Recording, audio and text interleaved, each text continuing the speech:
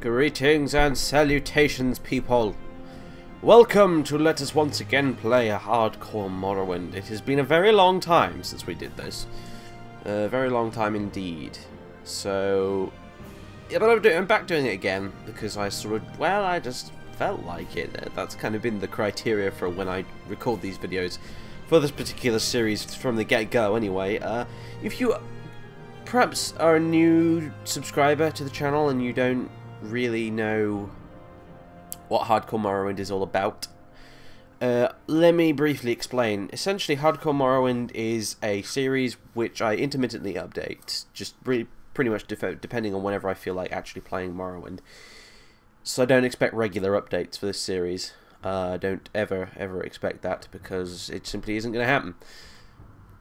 Because a lot of the time, on top of all the normal stuff I'm doing, I kind of probably don't really have time to do this regularly, really, and it often doesn't hold my interest long enough for either. But anyway, I shall stop waffling.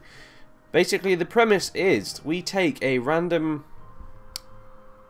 character that I have made up on the spot, and we use a alternate start mod, which allows us to choose from a bunch of different starting points in the game, and we make a brand new character each time that's completely different from the last one. And the reason I say each time is because whenever a character dies, we never reload. This is an Iron Man playthrough, essentially.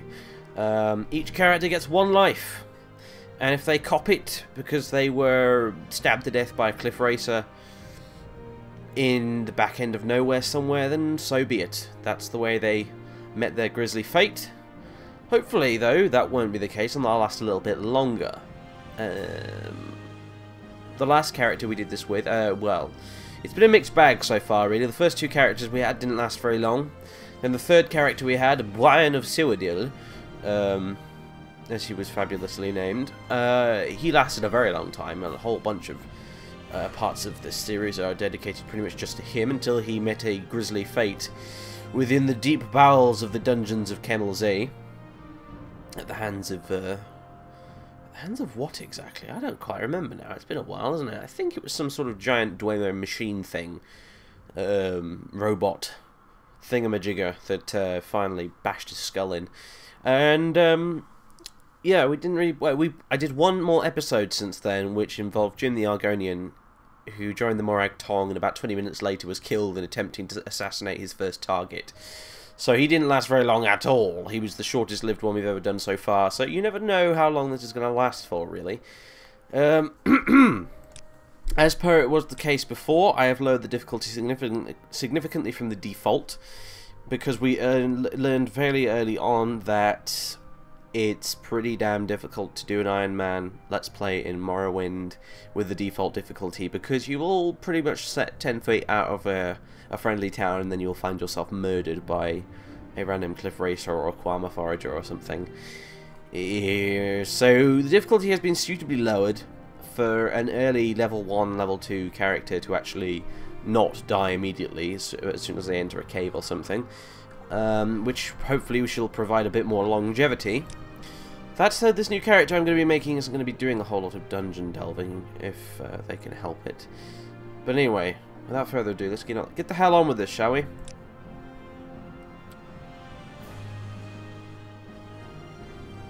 This is a slightly different installation. Yeah, I'd be gone with you. Slightly different installation to the one I used before. Morrowind has since been gutted from my computer and reinstalled. So, give it a minute. It'll get there. Yeah, there we go. Loading area. Brilliant. So as you can see, the starting screen is different from the old ones we used to use. That's because I'm using a different alternate start mod. This one I honestly believe is better than the one we were using before. It incorporates a lot of the features of the other one, but it provides much better starting locations, if I'm perfectly honest. So I generally, on the whole, prefer it. So this is one we're going to be using. I've got a different set of mods installed. I no longer have Tamriel Rebuilt installed on this particular copy of Morrowind. However, I do have other mods installed that I didn't last time. For instance, I have a very important mod, which is called Living Cities of Vardenfell, I believe, and it basically simulates the Radiant AI NPC schedules that NPCs had in Oblivion, essentially. It's not exactly foolproof, and it's a little bit rough around the edges, but I feel significantly improves the feel of the game, especially for characters like the one I'm about to make. So anyway, we're going to go with a custom beginning. We're going to be playing a character who is called Claudia, who, it may or may not surprise you, is an Imperial and female. So, there you go. We'll play a male orc called Claudia. That would be an interesting playthrough. So, that should do. I like the fact that this particular face texture seems to have one slightly raised eyebrow, which should suit her character quite well. I'm going to roleplay a bit more than I normally do in these videos, I think, this time around, just because I will make no secret of the fact that I'm considering doing a Morrowind Let's Play in the nearish future, and this playthrough here is very much an attempt at testing the waters slightly. Pardon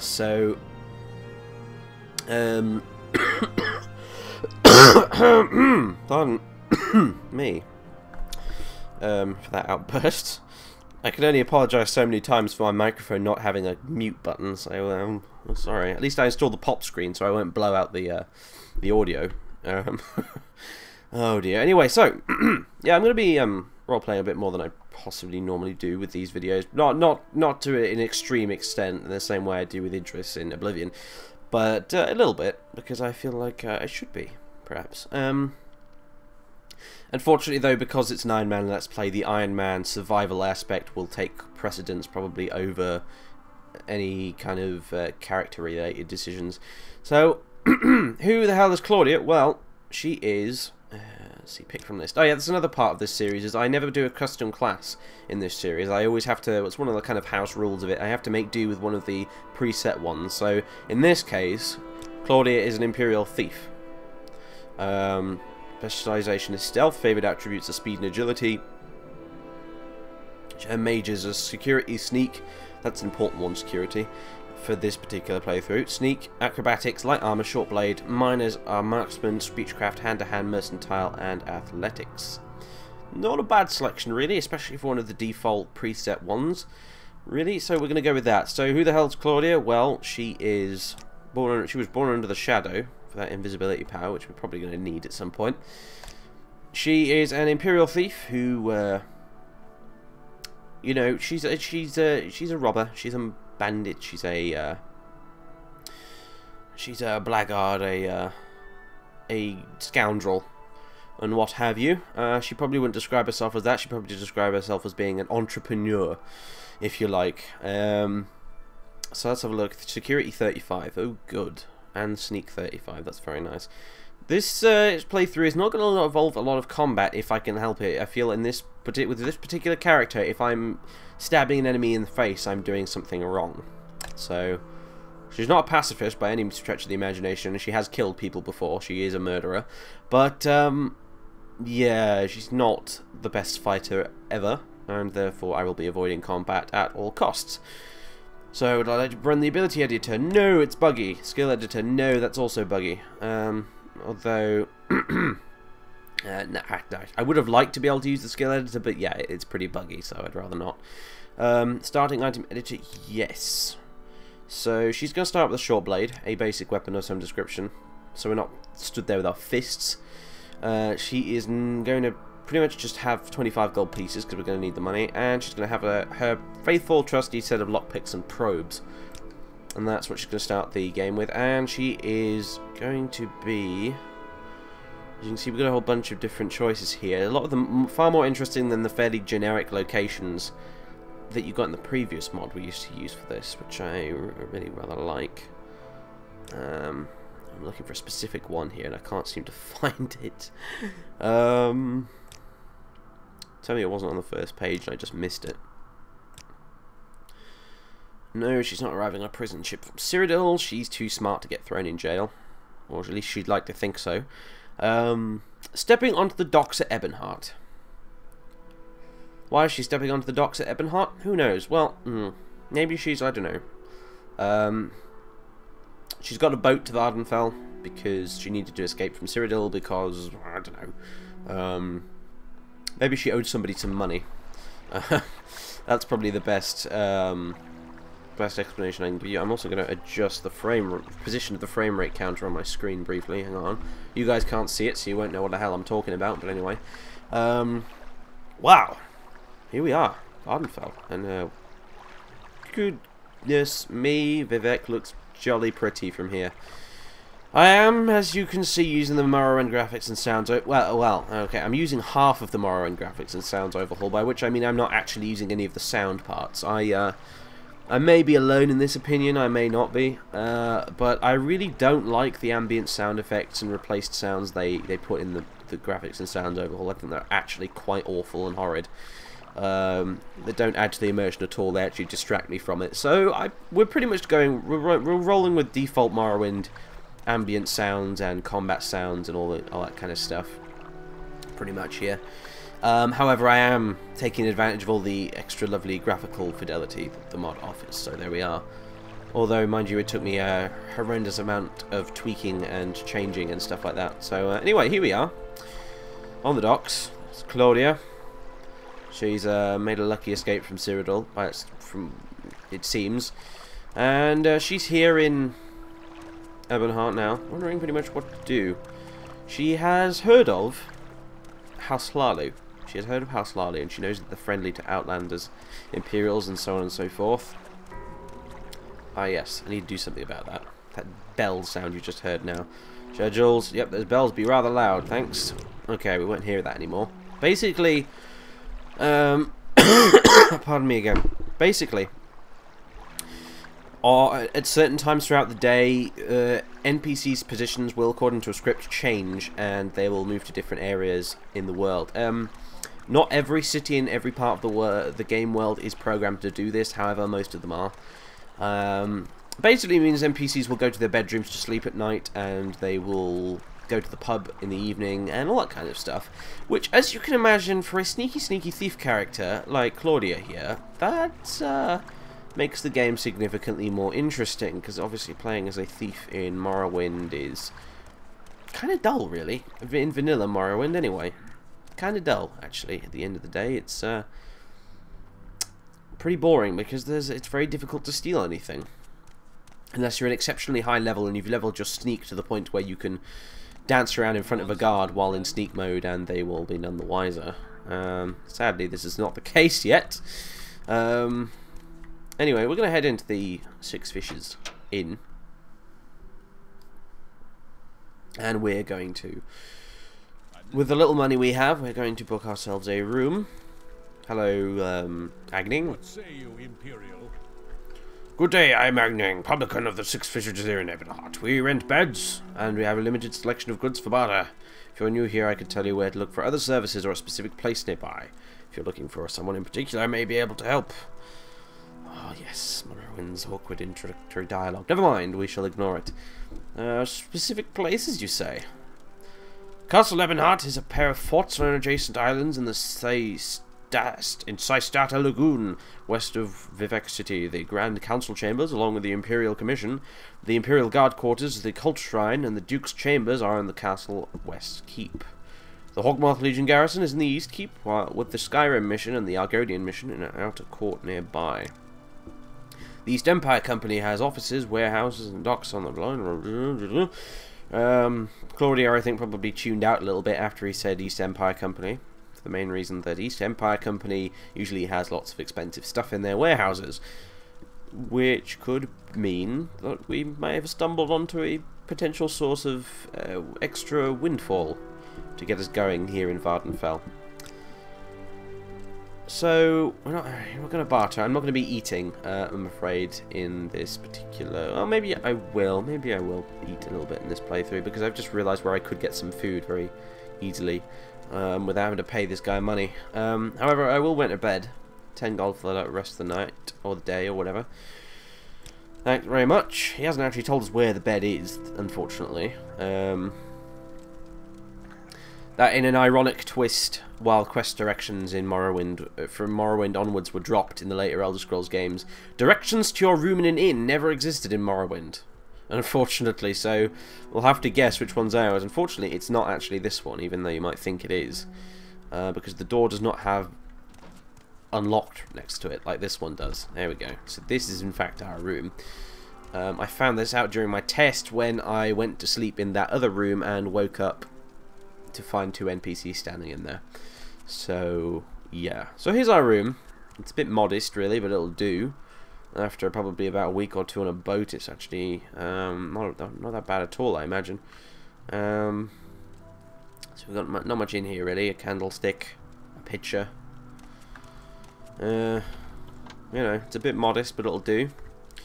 What have we got in our inventory? We have a mysterious note, which is, yeah, I've got one of your presence on Vardenfeld. To learn more, find a package in the Census and Excise office in the town known as Saint-Denis. Yep. Basically, that allows us to start the main quest. Not going to be doing the main quest, needless to say. And a guide to Vardenfeld, makes sense. You probably picked that up on our way out of the Imperial City on the ship, I suppose, maybe. And we have 2 apprentices lockpicks. Could do worse. They're not great though. 2 bent probes, which are terrible. 25 gold. A chitin short sword, which I should probably equip, even though I'm not really going to be using it. In fact, it might be far more sensible to equip the lockpick, actually. And yeah, that's pretty much it. That's all we have to our name. We clearly left in a hurry when we did leave Cyrodiil. So I could snoop around upstairs in these other rooms and see if there's anything worth grabbing, purloining, but it would seem a little silly to do so because, well, you know, guests to come back and find everything is gone. Suspicious new person poking around the inn. Who are they going to suspect? Yeah. So anyway, first things first, let's see if we can find ourselves a potential source of money. And by potential source of money, I mean, can we steal some stuff? Broad daylight's a bit of an awkward time to do it, but I have a suspicion, and by I have a suspicion, I in fact mean I encountered this during the test run I did earlier. The castle doors and everything will be locked up very tightly at night. Apparently the guards that run this place aren't in fact stupid. And sadly a little apprentice lockpick with a lockpicking skill of 35 is not going to be enough to actually sneak into these places. So if we're going to do any nabbing of things, it's going to have to be during the day, which is, needless to say, a little awkward. Or maybe we could get incredibly creative and, well, you'll see what I mean if we manage to pull it off. No, you probably can't help me at all, actually. We also have the less generic NPC mod installed, which means that the NPCs in the game, well, most of them, again, it's not, they haven't done it for all the cities in the game just yet, but most of the NPCs in the game will actually have more interesting things to say and will, generally speaking, act like human beings when they speak to you, which should be quite nice. Sorry, I'm staring at this dragon statue in a minute, and in all my time playing Morrowind, I've never quite fathomed why this was put here by the designers exactly. It seems a little out of place. Always has done. Like, maybe it kind of feels almost like the thing is slightly too big. Like, it could do with maybe being 3 times smaller. It's very awkward. It looks like it's just been plonked here, like a giant chess piece. Anyway, just a random little observation of mine. Let's have an innocent little poke around then. We're just a lost tourist. Nothing to worry about here. Oh, hello, everybody. What are you doing in here? Who are you? Get yourself a more suitable outfit, unless you don't mind being mistaken for a slave or a pauper. I am technically a pauper, however, so, you know, nice of you to say so, dude. Like, that's not appreciated particularly. Who are you, anyway? I am wow, what a name. I am Thorumlalor, barbarian and protector of the Fighters Guild. Oh, I suppose you guys are here to guard the warehouse, huh? What are you guys storing in here anyway, huh? Oh, just interesting. A tourist. Yes, that's right, a tourist. That's exactly what I am, a tourist. Just food and stuff, huh? Well, or anyway, I'll be on my way. Sorry, I took a wrong turn, I think, there. Okay, so food, not so great. What about this place? Which door should we go in? Let's just go in this one. East Empire Company Hall. This may be more promising. If we can get our hands on anything that's in here, of course. Which may be unlikely. Who are these people?